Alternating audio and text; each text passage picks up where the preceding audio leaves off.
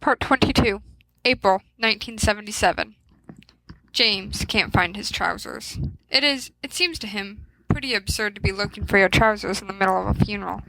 Great Aunt Aramina is drunk. When isn't she drunk? And, in a wine-soaked tender moment, has poured half a tray of canapes on the ones he was wearing. He knows he brought another pair, because he tried them on before the service, and they were too short. His mother, he thinks in a flash of irritation, has probably picked them up, the way she is always doing, and put them somewhere no human would think of looking, like the closet. He almost yells, "Mom!" and then doesn't. He says, "Oh," to his socks, and sits down on the bed. It is lower than he remembers for some reason, or else he feels bigger. That's it exactly, the subtle wrongness, the strange sensation of not quite fitting his own space in the world any more. What he feels is not grief, he thinks, distantly, analytically, but confusion, as if walking down a familiar staircase to find that it has suddenly lost its bottom step. He's grown suddenly, and what used to fit in the air around him isn't there at all any more. Now it's up to him, just him, to fill that emptiness. It would be much worse if it felt real, but he still harbors a human disbelief that traps him in moments such as these, where he opens his mouth to say something familiar, finds that natural words are no longer relevant. James Potter doesn't want to rebuild what is natural around what is relevant. He doesn't want to fit in the strange, cold space of air that presses around him. He wants his mum to get him trousers that fit and don't have canapes smudged down the left leg. James stands up and pulls the covers off the bed. Maybe he threw them under, but he didn't. He wipes off the sheets, then the undersheets, then he hurls the mattress off the bed frame. It knocks over a lamp, which splinters. James wonders at the fact that he has been sleeping on a flowered mattress all this time, and no one has told him. No wonder he has had such trouble with girls. It seems like the sort of thing a bloke ought to be told. Someone knocks on his door. An tentative voice says, "James?" Yes," says James, and Lily opens the door. Her hair is pulled sharply back, and she looks whiter than usual. She looks at the mattress and then at James, and then says, "You realize you're not wearing any trousers, don't you?" "I was looking for them," James says. "Some people," says Lily, tapping the side of her nose, "would call that inappropriate." She walks past him, tangles her fingers briefly in his hair, and then leans down to drag the mattress off the floor. "Aunt Aramina spilled," James attempts. "She spilled on them. I thought walking about with, all over my knee would be more inappropriate. But I can't find my other pants, and I know I brought them with me, because I tried them on earlier and they were too short, and I was glad I'd two pairs, else I couldn't sit down without showing too much ankle, and that... He fumbles for the words. "That is also inappropriate. That..." "Sit down," Lily says. She takes him by the shoulders and presses him into a chair, and he allows her to do it. Perhaps, he thinks, all he wants is someone to tell him what to do. He can't stand to have to think it up on his own. Soon there won't be any professors to do it either, and it will all be on his own after that. The loneliness of it gapes wide before him. He stares after Lily, who is setting about making his bed again, and longs for her to tell him what to do next. "Just sit still," she continues, speaking over her shoulder. "We'll find them, and if not, there are spells for it. I'll help." There's something funny about her voice, James realizes, but he doesn't know what. At least she hasn't asked him how he's doing, or what he's feeling. At least she hasn't told him she is sorry. Nor has a single one of his friends. When he thinks about it, they walk around him, looking the other way, hesitantly almost touching him, but acknowledging that small space all around him, and keeping clear of it, presumably until he figures out how to occupy it. "I'm sorry," James says. There's something funny about his voice, too. "This isn't about the trousers. I should help you with that. I've made something of a mess, haven't I?" "Well, yes," says Lily. "That lamp probably cost a good 15 galleons. Not to mention your mattress was on the floor. Did you pick it out because of the flowers?" "I love you," James says. Lily straightens, holding something in one hand. "Trousers. They were tangled in your comforter." "I'm a prat," says James. "Sorry." He takes them and sits down again. He has never really considered the matter, but it occurs to him that the trousers are actually made up of thousands of tiny threads. He can actually see them, cross-hatched and obvious. "Put them on," Lily says gently, kneeling beside him, one hand soft at the back of his neck. Almost overwhelmed with gratitude, James does. Gives Lily a smile that is meant to be charming and capable and serious and reassuring all at once, but his mouth doesn't appear to be precisely under his control, and it emerges a kind of distressing wiggle. There, Lily touches his knee. They're a little short, but I don't think anybody's going to notice. Not if you're standing. Thank you, James says. He wants to add that she has an uncanny ability to do the right thing, just what he needs, and that he is pretty certain he can never let himself be without her, but he can't put the right words to it. He doesn't want it to sound soppy or anything. His lips press together. Thank you, he says again. Do you think you can go down now? Lily asks. I don't know, James says, all at once. I was so grateful to Aunt Aramina I almost kissed her. Don't make me jealous, Lily says, and winces. It's just, people are going to worry about you, down there. I think, James says, they probably, aren't they, worried about me anyway, with the, whole thing, and laughs horribly. James, Lily says, come downstairs. This isn't for you. I wish it were, but it isn't. People need to see you being all right, to be all right themselves. I am so very not all right, James says, with a fragmented sound that doesn't quite make it all the way to a laugh, that it's kind of amusing. Not all that amusing, says Lily. She touches the side of his wrist, traces his jaw with the palm of one hand, and turns his face, so he has to look at her. It's not an unpleasant obligation. James, listen to me. I promise you I'm not going anywhere, all right? This isn't going to be for long, and then we're going somewhere else, and you can set things on fire, or go to sleep. I don't know what to do, James tells her helplessly. I'm telling you, says Lily. Be as strong as you can be. That's really, I'm sorry, this sounds pretty girly, but what if that's not enough? The rest, Lily says, you leave to me. She stands. James is amazed momentarily by the slender strength of her, the way she is unbowed by the desperate muddle that threatens to engulf him. It's fantastically, agonizingly comforting to know that there is a part of him it cannot touch. They are at the door when he stops her. He just wants a moment. He takes her around the waist and presses his wet nose into her shoulder and feels, even then, her body soften to make room for him. Look, he says, just because I need to say it. His words come back hot to his own lips from where they ricochet off her skin.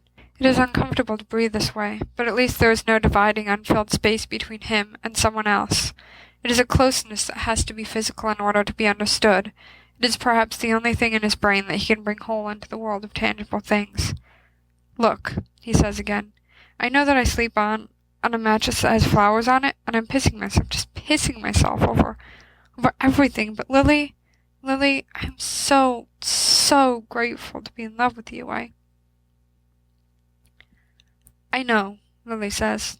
She grabs the back of his shirt. I'm not done, he pleads. Please, I'm not done. Just let me. I want you to know that I don't ever want to. No one else, James Potter, Lily says, eyes bright, is ever going to leave you.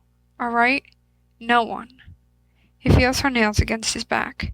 We'll talk about it when we can talk about it, but right now you have aunts and uncles and cousins and professors and friends, and they all know where you are, but they don't know where you are, and I think that will help. I think it can. If you just think about them instead. Can you? It might. It might. James wipes his nose with the back of his hand. His mother, he thinks blindly, always told him never to do that. It is uncouth and uncivil and immature, and that's what tissues and handkerchiefs are for, and, barring that, the corners of tablecloths. James, at the moment, has none of these. He stares down at his snotty thumb. Right, he says. Let's go downstairs. Should we go after him? Says Peter, a little nervously. He pushes his hair, combed limply at the side, off of his damp forehead. Should we have gone, before? It occurs to Remus that they should probably not huddle in a shell-shocked little circle at the side of the room, but he cannot readily come up with any alternatives. There is little he hates more than funeral receptions.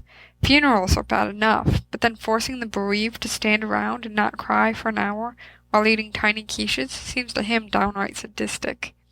He probably wants to be left alone. No, says Sirius, speaking for the first time. His hands are in his pockets, and he isn't looking at any of them. Prunks hates being alone. He only says he wants to be so people can prove how much they care by going after him. There's a funny edge to his voice. It's all right, though. Lily's gone already. Remus stares very hard at the carpet. It is nice, probably expensive, worn in this corner by perhaps lifetimes of shufflers shuffling over it during receptions, because they are awkward, or because they are avoiding someone, or because they don't know the proper thing to do or say at a funeral reception. If only it weren't so obviously a funeral. If only it hadn't been parents. If only it hadn't been James' parents. It is a selfish series of thoughts, but funerals, Remus knows, are the one place where everyone can be selfish all at once. The relatives who weren't close are selfishly glad they were never closer, or, conversely, selfishly wish they had been. The relatives who were close are selfish in their grief. Friends are selfish, either by hiding, as Remus has done, or offering themselves forward too much, as Remus is trying not to do by hiding. Loved ones, that small exclusive circle only defined at such times of crisis, all wander around with boiled expressions, trying to sort their own heads and hearts out. No one is really thinking about the person who died, partly out of fear, and partly out of a sick, terrible shame that they are left around to think at all. It seems vulgar, somehow, to be alive during a funeral. It seems insulting. Remus stares very, very hard at the carpet. He wishes the same thing they are all wishing, to be 9 again and have done with it. He feels unfairly thrust into the precarious place between being an adult and being a child, where at one side is offered the presumed competence of the former, and at the other, and this is their true desire, and possibly the true desire of adults everywhere, the particular blindness of childhood, the ability to trust and sleep in the mornings that follow. "I wish," Peter says, surprising everyone, "I wish there was something we could do. But there bloody well isn't, is there? And that's bullocks." Sirius sparks a laugh. Well said. It is hard to tell if he's being sarcastic. Remus thinks he probably isn't. "It's all right," Remus reasons. "We're helping by being here for him," he finishes lamely, and Sirius gives him a look which says everything he's already thought. It boils down to, "Don't make excuses." "Hey," Peter says suddenly, "he's come down." For there is James again, face white and thin below his subdued hair. His arm is tight and strained around Lily's waist, as if she is the only force making him move at all. Sirius breaks off from them, a determined set to his face and shoulders. Remus and Peter follow at a more cautious distance. "Hey," says Sirius, shoving his hands deep into his pockets and regarding James as if he's a challenge. A muscle in his jaw works slightly. "Hey," says James. Appears to have grown several inches very fast. First Remus thinks it is the abrupt age bestowed by grief, and then he realizes, with a hysterical, silent bubble of grotesque laughter, that it is because his trousers are too short. "This is complete crap," says Sirius forcefully. "More or less," James agrees. "I'm leaving," says Sirius, "in exactly 15 minutes. You can come if you like." His anger is a blaze of sudden fire on the room, not comforting, but illuminating. It is, Remus thinks, in a long career of strange and perfect gifts, the strangest and most perfect gift he has ever seen Sirius give anyone. James begins to untangle himself from Lily. For a moment it seems impossible, as if they really are inextricable. But then he shifts, and his arm bends the right way, and he makes it after all. "Thanks, mate," he says, "but I've got to stay here.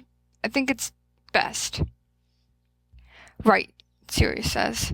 He fixes his eyes on the far wall and keeps his hands in his pockets. "All right, then. If you want to go," James adds, drawing suddenly close to him, "then you should. I don't want you to—" "Well, I'm staying for you, are you, stupid girl?" Sirius says fiercely. "Don't be daft. You have to know where to find me in case you need—" "Right," James says. "No." Remus thinks sometimes that James and Sirius speak in a special code, and what is actually communicated can only be understood in the words they omit, the syllables they lose before they're said. There's always been something incomprehensible about Sirius and James. They've known each other too long enough that they've started to forget who draws what breath or bleeds what blood.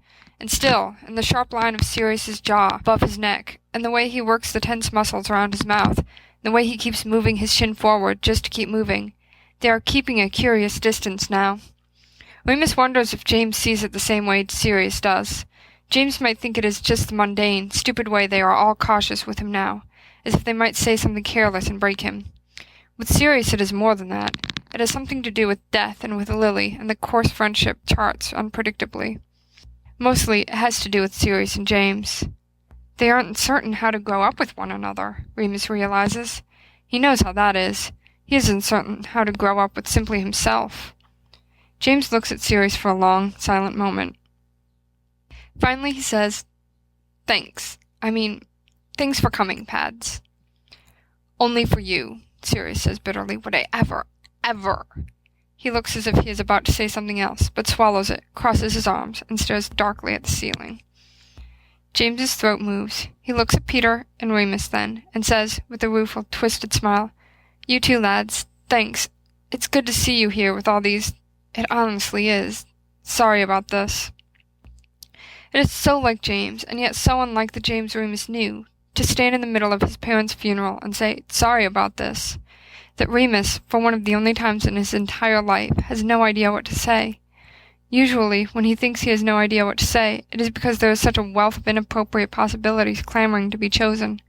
This time there is nothing but a hideous, yawning blankness. He nods, forcing himself to meet James's eyes. "What do you want?" asks Peter, with all the horrible, naked desperation that Remus feels, but knows better than to express. Do you want anything? Can we do anything?" James says. He strokes back his hair uncertainly. "It's all right, Pete. Not all right, obviously, but, you're all right." "What would I want?" Remus thinks hopelessly. "If it were me, and my friends were all around me, what would I want them to say?" But of course the answer is simple and impossible. "It was a mistake, you idiot. They're not dead. They're right upstairs. Go put on proper clothes and stop whinging into the canapes." He says, I've just seen Professor Slughorn, just in case you wanted a heads up, that you might have to talk to him." James groans, and Lily makes a strangled noise. "Oh, Remus, not him." "You oughtn't be so nice and go to all his dinners all the time, if that's how you feel," says James, in a voice that tries too hard to be like his own. "You are a perfectly dreadful tease." He looks at her, and there is a soft question in his eyes, which Remus cannot exactly identify. "It's not, he's a harmless old man, and he's terribly friendly, and I don't like to hurt his feelings," Lily says, sighing. Her knuckles caress James's shoulders almost imperceptibly. "Anyway, sometimes we have really interesting conversations. He knows loads about potions. Sirius, I don't know how you get out of it. He's positively frantic to collect you, too." "Quidditch practice," Sirius says, and flashes her a brief, strange smile. "Terribly busy all the time. You know how it is." They all laugh too loudly, the relief of being able to pretend to converse overwhelming them, and then collapse limply back into silence. None of them knows what to do. Not James, certainly, but no one expects him to. Lily is pretending. Remus is amazed at her, the competent line of her neck, the firm way she touches things. But he saw her when they realized James was missing, and the flash of panic she stored as a secret in her own eyes. It's like acting. Sirius, too, the way he shuffles in his stiff black suit and doesn't look at anyone, as if by exaggerating the normal language of his body, he can somehow consume them all with normalness. Peter looks as lost as Remus feels. Remus wants to touch someone, any one of them, to offer companionship in being adrift. He wants to say something to James, the right something. He wants to offer him a gift or whisper him a sentence or take him aside and even, maybe, embrace him. When he opens his mouth, his tongue sticks like a great gluey blob to the roof of his mouth. Awkward people shouldn't be allowed into funerals. They should be told to write letters and not bother to attend. "I guess it's," James says, "Slughorn. Unavoidable, I suppose." "We can go with you," Sirius offers gruffly, "if you'd like. Scope things out beforehand. I might be able to distract him with my aristocratic charm, and, things." His anger seems to have melted in the odd way of Sirius's angers, but Remus can still sense it, transmuted and troubling. James takes Lily by the hand. "Right," he says. "Thanks. I've got it, It's the sort of thing, I'm going to have to figure out how to do these things. Alone." "Thanks, mate," he repeats. There's a dark fervor to his tone. "You're. Sirius nods. He does. Everything about him is magnified. It's as if he thinks no one will notice the details of him that way. The pinch beneath his lower lip and the tight, dark quickness in his eyes. Remus wants to say, "Let's none of us do anything alone," but that isn't the way we're meant to be. Only now it is, and they all know. "Hey, Potter," says a deep, rock-ribbed voice behind him. Remus turns. He shouldn't be surprised, he supposes. After all, it was the head boy's family. It was even in the papers. Everyone is here. "Gideon," James says. He smiles uncertainly, and it looks strange on his face. You came. I mean, I didn't know you knew them. Fabian, are you all right? Don't be ridiculous, little Potter, says Fabian, with a ghost of a smile. He's incredibly pale and painfully thin. There are wide bandages around his head, and his fabulous Fabian hair has been cut short and ragged. Remus remembers, like a punch in the stomach, Fabian shaking and bloody in the sea cave at Brighton, the crimson slash on Gideon's arm, the blue light. He doesn't dare look at Sirius. You don't get to ask that question. It's getting Faye to you, anyway, Gideon rumbles, and puts a massive hand on James's shoulder. You needn't stand on ceremony. My parents never told me, James starts, and then stops again. Did you study with my dad or something? Gid and Faye don't exchange glances, but the way they don't do it is almost more obvious than if they had. Hogwarts Alumni Association, says Fabian, style of thing. Talking appears to require great effort from him. He pauses for a moment to rest, and in that pause seems to take in Remus, Sirius, and Peter for the first time. Well, if it isn't, the rest of you. Keeping well, all things considered? Remus doesn't trust himself to respond.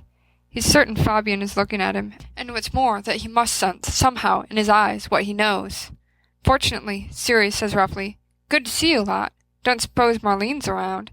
And Gideon says, Oh, she's somewhere, probably smoking a fag round the back. And Sirius says, Well, don't let her leave. I want to chat with her. And Fabian says with grey lasciviousness, And Remus is free to think about other things, like why Marlene McKinney doesn't like him, and whether he will have to talk to her.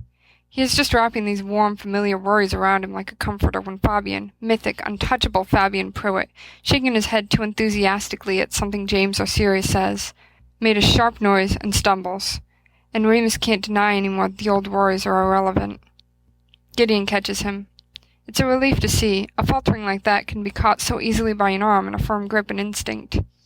Has nothing to do with thinking or overthinking, with feeling or not feeling, with the funeral, numb pall they all harbor now in their blood. Has nothing to do with mourning. It's everything to do with bodies and with families, and Remus wishes that it were that simple for all of them. He's always had particularly strong arms. It would be something he could do, if things were like that. Although, admittedly, he'd probably grab the wrong part of someone, and it'd all go to hell from there. Remus feels, for a moment, Sirius's hand on his. Sirius's fingers and palm are sweaty. In fact, it's an uncomfortable grip, crushing and slippery at once. Makes all the difference. Remus clings to his hand until Sirius lets go, and sticks both hands back into his trousers. Everything's gone to hell at once, but Fabian isn't alone, Remus thinks, and neither are they. There's a certain closeness in sweating on someone else in fear and comfort and unhappiness. A bit of a... Fabian is trying to explain. It's nothing really, you wouldn't believe it, but a bookshelf, Can you imagine mucking about like that? Gideon's face is drawn, but he laughs, too loudly, and fumbles for a joke. Pity you're, Mr. Muscles isn't around to give you a strong arm around your slim and girlish waist, eh? Gideon, Fabian hisses. His ears go pink. Shut up. The word muscles, Remus's mind immediately flashes to Caradoc the towel boy, as would anyone's, and goes from there with frightening linearity back to the sea cave in the dark, and if you live through this, I'm going to kill you. And he knows somewhere on his stomach that Gideon's joke isn't completely a joke. He glances up at Fabian, unable to stop himself, and Fabian looks back at him, his eyes narrowing.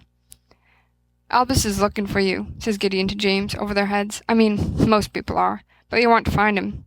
Besides, and he smells a little, it'll give you an excuse not to talk to anyone you don't want to. I remember when our dad died. Can't tell you how many people were there that I just hated the hell out of. Remus is distantly surprised, not by the idea that the Pruitt's parents are dead, but that they had parents at all. He has always sort of imagined that they sprang full-formed out of the imaginations of boys' clubs everywhere, except for the whole Caradoc Dearborn thing, or perhaps that's part of boys' clubs everywhere. Remus touches the corner of his mouth, where something not entirely forgotten still lurks. I had to shut him in a closet, says Fabian, still watching Remus sharply. He almost bit an old woman. She spilled something on me, Gideon snaps, and I didn't have another shirt that would be proper. She deserved it. I wanted to give her rabies. You would have, Fabian says, if I hadn't locked you up first. In fact, I think I ought to do that more often. Lock you up. He's still watching Remus, a strange furrow in his brow. Remus wants to explain to him that it's not what he thinks. The expression makes him want to crawl into a closet himself. He tries to meet Fabian's eyes and excuse himself, but a hard shudder draws quick over Fabian's face the instant Remus tries. Right, he says, clipped and unforgiving. Let's have something to drink. Old bookshelf wounds and all. He leans on Gideon heavily as they leave. That was funny, James says. It was nice of them. You'd best, Sirius says, see Dumbledore. Innit, what they said? Right, James agrees. Right. Alone, Lily murmurs. She gives him a quick kiss on the cheek and pulls him close, and he goes a little pink and a little too satisfied, and a little straighter as well. Go on. He probably wants to tell you the secret to life and initiate you into all the hidden wisdoms of the world. At least he'll know the right thing to say, Peter says firmly. For he is Dumbledore, master of all hidden knowledge, says James, a little mocking, but kindly too. Sirius says, looking past him, I probably won't leave. Thanks, James says quietly. I might set something on fire, though, Sirius goes on. They smile the same rough way at each other, crooked, raw, and hurting, and then James says, Right then, and goes. I'm going, says Sirius as soon as he's gone, to, and makes vague notions, sticks his hands back into his pockets as deep as they can go, turns on his heel, leaving Remus, Lily, and Peter alone in their little cluster. Peter gnaws at the ball of his thumb. Lily, Remus says, is he? He's James, says Lily, and there's something soft and wonderful in the curve of her lips when she says his name. He surprises people. Remus trusts her. For a moment he harbors the irrational impulse to grasp her by the hands and ask her how she does it. If it's a secret, he wants to learn. Perhaps it has something to do with being a girl. Perhaps it has something to do with not being a werewolf. Perhaps it's just luck. Perhaps it's because of James. You don't, he says instead.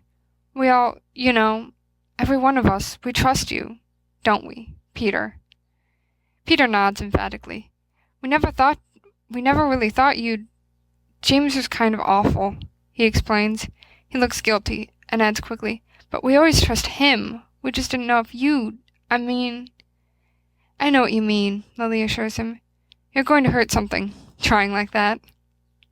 I'm going to get something to drink, Peter says. His earlobes are the same peculiar lobster shade as his nose, the former embarrassment and the latter sunburn. Do either you, want anything? I'm all right, Peter says. Thanks. I'm fine as well, Lily says. Peter trundles off. And then there were two, Remus thinks. This is horrible, Lily says. She draws close to Remus, and suddenly her cool is going. In its place something burning and frantic. Remus, I love him. I haven't told anyone, not even my mom. And it's... Do you know what it's like, loving someone? It's... She trips over the wrong words. It's worrying all the time and never feeling safe. That's what it is. Well, she adds, coloring, 2 bright spots of heat on her cheeks. It's other things too, but it's worrying all the time underneath that. He gives everyone a lot to worry about, Remus says measuredly. James. And there's absolutely nothing I can do, Lily adds. She frowns. Except, not let on. About the worrying? I can barely sleep, Lily admits. You're not letting on, Remus says. I think, that's what's important for him right now. Lily watches James's dark head vanish into the sea of people, her eyes on him, and yet far away. He was... She starts and stops, and rubs her cheekbone absently. How long do you think until it's one of us? What? Says Remus, startling. Until it's a student, Lily says quietly. It's not going to stop. It's just going to get worse. Remus has never seen Lily like this before, and he's pretty sure he prefers it that way. We can't think of it that way. I know, she says, but I can't help it. I can't help thinking like that. I can't... It hurts enough as it is, and I'm sorry, this is stupid. It doesn't help anything. Do you think Sirius is all right, speaking of people who need more help than any human being can possibly provide? Sometimes, Remus starts, when I go after him and ask if he's all right, he punches me and tells me I worry too much. He rubs at his eye, tired and feeling a headache somewhere deep in the socket. I'm going to go see if he's all right anyway. If he punches me, then at least I don't... He cuts off before he says worry. At least I know he's all right, he amends. I'm going to go, skulk around in corners and spy on James, Lily says. Remus? Yes? Don't, Lily says. Worry, I shouldn't either. We'll look after each other. We can take care of ourselves. When we're not punching each other, you mean, Remus says. I think so. I think we ought. Is it a promise, then? Lily asks. Yes, Remus agrees. Do you think we should shake on it? Lily gives Remus a look that says if they shake, then there's no turning back, no being afraid, no talking about worrying with one another. It's just full speed ahead. It feels silly, Remus admits, like they're signing away their childhood in the most childish way possible. He offers his hand. It's a deal, Lily says. She has the firmest handshake Remus has ever encountered. Deal, he echoes. At first, Dumbledore doesn't say anything. His eyes are keen and bright behind the scythe moon curves of his spectacles. He looks at James, as James has been terrified this whole time of being looked at, and is grateful now to be getting it over with. Dumbledore, like Hogwarts, is the last bastion of their safety, the parent no one can kill, perhaps, the one man for whom disappearance or abandonment seems a fated unreality, like a bedtime story or a half-forgotten myth. In the middle of James' empty dining room, he looks a little ridiculous, and a little frightening. I am pleased to see you appear to be standing upright, Dumbledore says at last. Is that becoming easier? Yes, James says. He's surprised how strong it sounds, how he suddenly means it.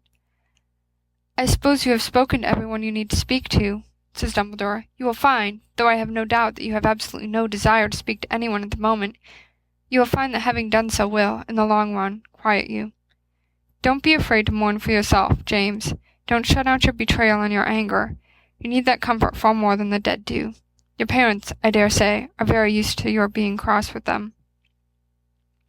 Thank you, sir, James says quietly. Very well. Dumbledore sighs. It occurs to James, sudden and strange, that Dumbledore has seen more of these than he can count.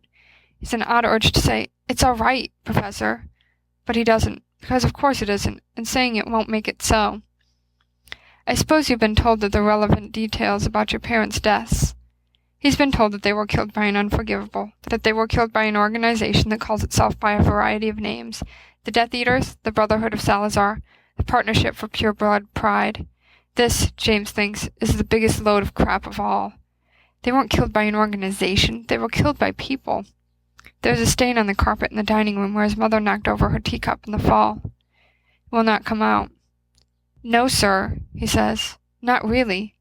Dumbledore's lips press together. James knows something up. He's not stupid.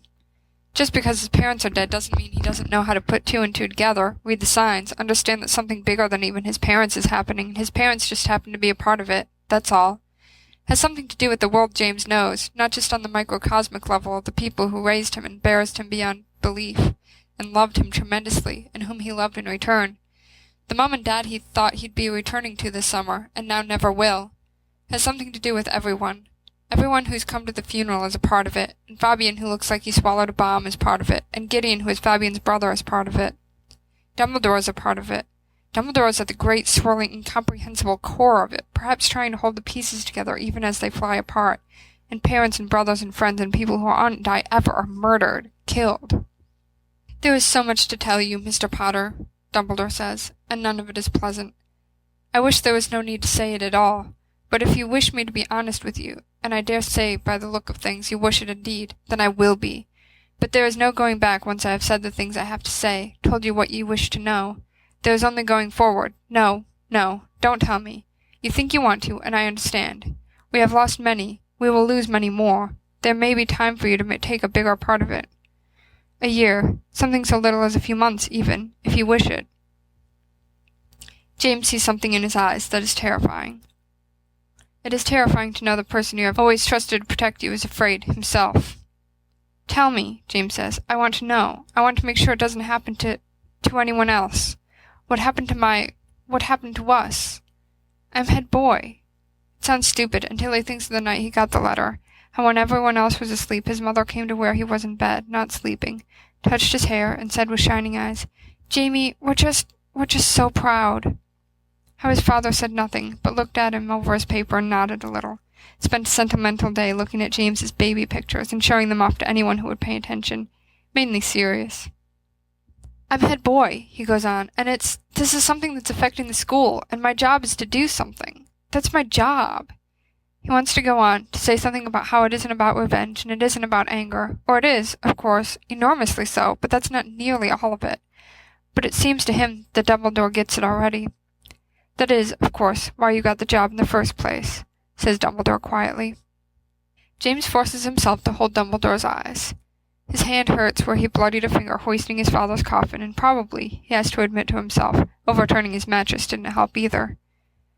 Know this, Mr. Potter, Dumbledore says before he begins. There are things, great things, terrible things happening even now. I worry about a time when there will be no rest to honor the fallen, no safety to bury our comrades, but it is when I speak to my students that I am reminded— He pauses.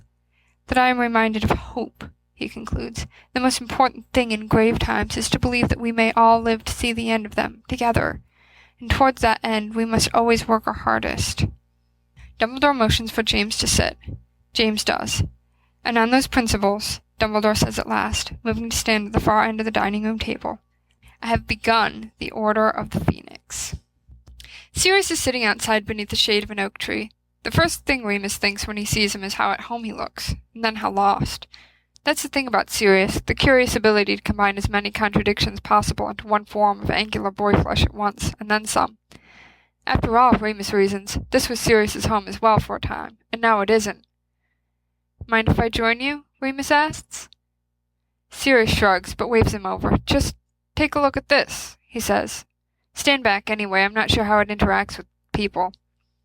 His wand sticks out of his back pocket. He grabs it, waves it once, whispers something. Then they're surrounded, encircled by a flock of dancing white lilies. I was going to do it for James, Sirius says, but then I thought, he already has lilies. Lily. Not to mention it seemed incredibly bent. It's not the manliest possible gesture, agrees Remus, only because he thinks if he says something kind, Sirius might hit him. Sirius looks up at him. Sit down. You're giving me a crick. Remus does. It is an absurdly beautiful day, the sky pale blue with lazy clouds drifting through it, and a soft spring breeze that whispers through the new-blown flowers. If he closes his eyes, he could be 9, and it could be almost tomorrow. So there's that, Sirius says with a harsh little cough of laughter. That happened. Of course, there isn't anything to be said. Remus sighs internally, because in a way this is just what he came out here to avoid, but in another way he knew what he was getting himself in for, knew that this would be another awkward episode in the awkward life of Remus Awkward Lupin. I think he would like it, he attempts. The thought, with the flowers. They are lovely, and you wrote the spell yourself, and you know how James gets about spells when people invent them all.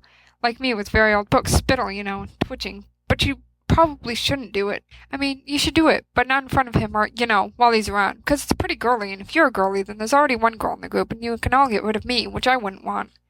Remus is gone, in the space of 30 seconds, from painful verbal constipations to explosions of hideous, nonsensical linguistic diarrhea. He pinches his mouth shut and waits to be punched. It is worse when Sirius says softly, I hate this.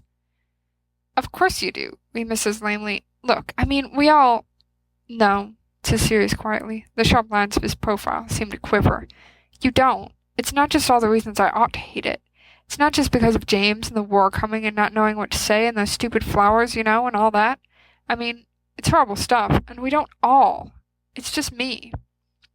James's parents, they were my parents, Sirius says.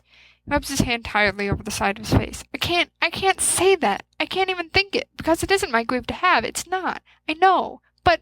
But it isn't fair, Moony. A fierce, wild sorrow flames in Sirius's face.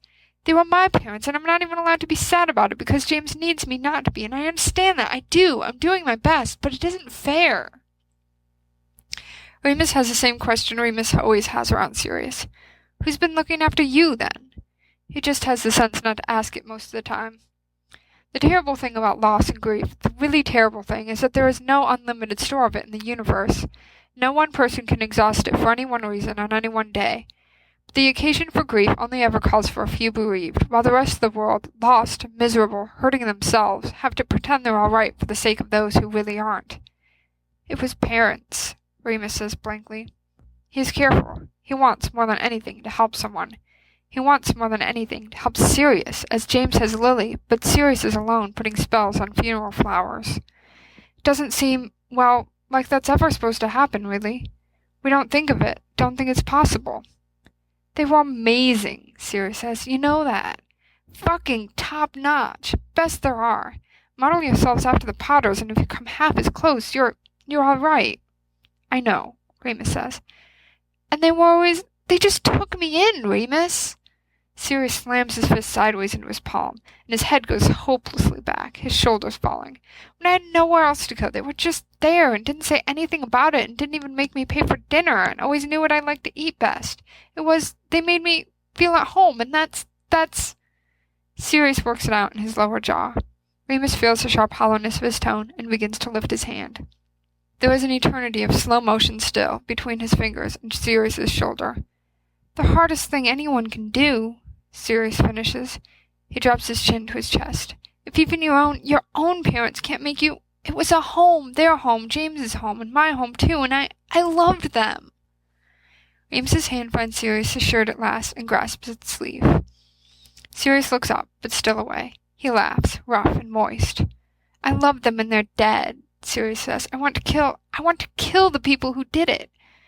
I don't just want to kill them. I want to hurt them. I want to hurt them so fucking badly for a long time, and then I want to kill them after that.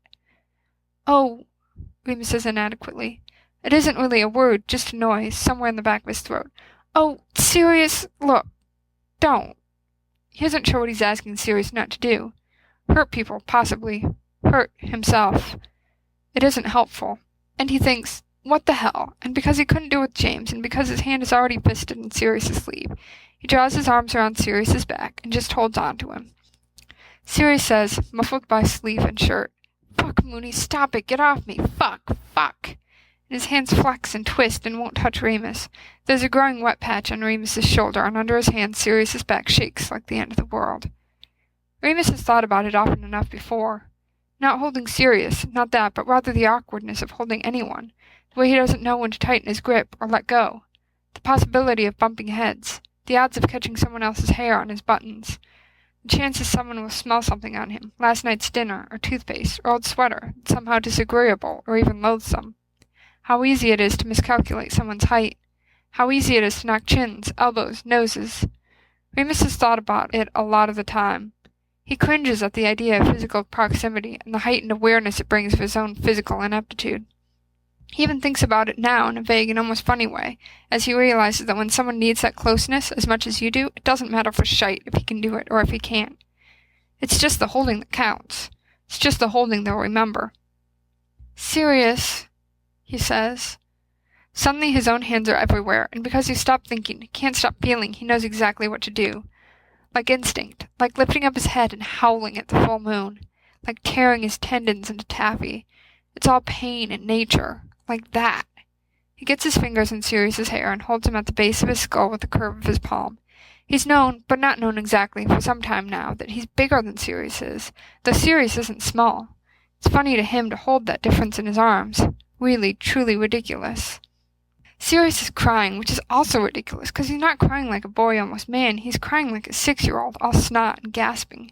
He's laughing, too, sort of, and trying to say something like, I am an idiot, or your arms are too long. But Remus summons all his courage and all his instinct and says, Shut up. Shut up. It's all right. Sirius's fingers dig hard into his shoulder blades. His mouth against Remus's collarbone is slightly open, and his ragged breath is hot. Remus tightens his arms and winds his hand deeper into Sirius's hair and whispers helplessly, Shut up, please, you're all right, it's all right, till he feels Sirius quietening against him, his chest hissing and hiccuping sobs. Remus has a memory of crying, the way a kid cries, the way the end of it leaves you lightheaded and empty feeling, and better, but worse too. If anyone sees us right now, Sirius says, I'm going to say you were choking and I was trying to save your life. His voice is the odd, uneven staccato of someone who can't quite breathe over the force of his own crying, gulping sounds in between words and all. Remus touches him where he can reach, his hair and shoulders mostly. What was I choking on? He asks. A canapé, Sirius says. What else? Remus bows his head over Sirius's head and whispers, like a vow, like an oath of fealty. Best have our story straight. Sirius barks a laugh. Remus can feel his tears and probably his snot against his own neck. He doesn't care. He buries his face in Sirius's hair and holds him with arms unflinching as iron. Sirius smells like soap. Most people smell like soap. He smells a little like sweat beneath the soap, and the faintest hint of dog. Remus is overwhelmed by the smell of it, all so close. "Should I stop?" Remus asks. It comes out a jumble, with Sirius's hair in his mouth. "Don't even," Sirius says. "Don't bloody even. All I said was that I want an alibi." He sounds a little more like himself, but only a little, still gulping in air. Somehow his elbow is in Remus's rib cage. It seems like this would be the kind of thing to bother Remus, and it troubles Sirius a little that it doesn't bother him. Not at all. He's all right with it. He's good with it. He's good at it. For what feels like a long time, Remus holds Sirius up. The only sound is the wind in the trees and the flowers and the occasional catch of Sirius's breath. Finally Sirius says thickly, "All right. Enough. All right," in that tone that means he is speaking more to himself than to Remus, and drags a hand up Remus's arm to press it hard against his own nose and mouth. For a moment he shudders again, and then he slowly disentangles himself from Remus's body. Without the weight of him, Remus feels strange, and suddenly pointless. "All right," Remus echoes. He passes his free hand between them, touches his own neck, and lets it drop a dead weight in his lap. Sirius stares at him, a keen, sharp gaze. It's the kind of expression that suggests something heavy and important could happen, or might instead be lost in the distances that exist, naturally, between even the closest of people. Remus licks his lips. "Have you been practicing this sort of thing?" Sirius asks. "Oi, I've drooled on your shirt and things." Remus looks down. There is, indeed, a growing translucent patch on his shoulder, and it's damp and stiff around the edges. "I've got a jacket," he says. "It's all right." "You have been practicing," Sirius says. His voice is sort of wobbly. "I don't know whose funerals you've been going to, but it's paid off for you." "I've been talking to Lily," says Remus, "and we were thinking, she was thinking, that, things are, well, all this." He gestures vaguely. "It isn't out of the question, beyond the realm of possibility. Anyway," feeling stupid, "she says we have to take care of each other. We can't pretend we can do it for ourselves, like normal teenagers get to do, and then sit around and mope about how we can't. There's no point lying to ourselves like that, not when we could just, well, like I said, take care of each other." He regards his hands intently. He's pulled on a few of Sirius's long, dark hairs, and they are tangled around his fingers, which is pretty disgusting. Sirius is silent. Then he says, "Well, you're doing all right at that." "So are you," Remus says, very seriously. "James, he needs you to get angry, I think." "I know." Sirius chews his lower lip. "I just have to figure out the right way." He rubs his cheek with his sleeve, then rubs Remus's throat. "Jacket or not," he mutters, "it's still not on to leave your snot on a mate." "No," Remus says faintly. "Anyway," Sirius says, "we'll look after each other. That's what we do, innit? Look after each other? I don't know how not to. I think you have one of my hairs in your mouth." He reaches over without thinking and takes it out, fingertips on Remus's lips, tickling soft to pull it away. "There," he says. He flicks it into the grass. Remus's lower lip itches. He moves to rub it, and then doesn't, leaving it like a scab or an eyelash, a curious splatter of ink. Sirius continues, "we just have to find out who to get angry at." His hands clench into fists on his lap. "And then I can get angry. All of us. We won't get hurt," he says firmly. "We'll get angry, properly. We'll look after each other. And you," he points at Remus, gray gaze, fond and serious, "you can learn how to be angry, as a skill." "I get angry," Remus protests. "We had a fight and everything." "You didn't get angry," Sirius corrects him. "You got very cold and distant, and then you turned into a werewolf, which I think even you would agree is cheating." "You're only saying that because you're bitter and that I beat the tar out of you," said Remus, giving him an awkward, sideways smile. "That's as may be," says Sirius. His eyes are pink, and his nose and mouth are swollen. He always looks kind of like a girl, only his two sharp edges and broad shoulders saving him from embarrassing femininity. And he ought to look even more like one now, but he doesn't. If anything, he looks more boy than usual, and it probably has something to do with being angry, something to do with being unexpectedly grown up, something to do with Remus Lupin never ever understanding anything, no matter how hard he tries. Remus rubs his mouth at last. The itch has already faded. "All right," Sirius says. "Come on, let's go back, one for all and all for finishing this properly, right?" It's a little quiet thing, Remus thinks, growing up. It can happen in a garden, or while someone blows his nose in your neck, and you might prefer that it would happen some other way, but then it's come and it's never going to go, and there's nothing anyone can do about it. He stands and offers Sirius his hand, which, To his surprise, Sirius actually takes. "Once more into the breach, dear friend, once more," says Sirius, smiling lopsidedly at him and thrusting his hands back into his pockets. "Or close up the wall with my English snot." "Right," Remus says. "Show off." And they go.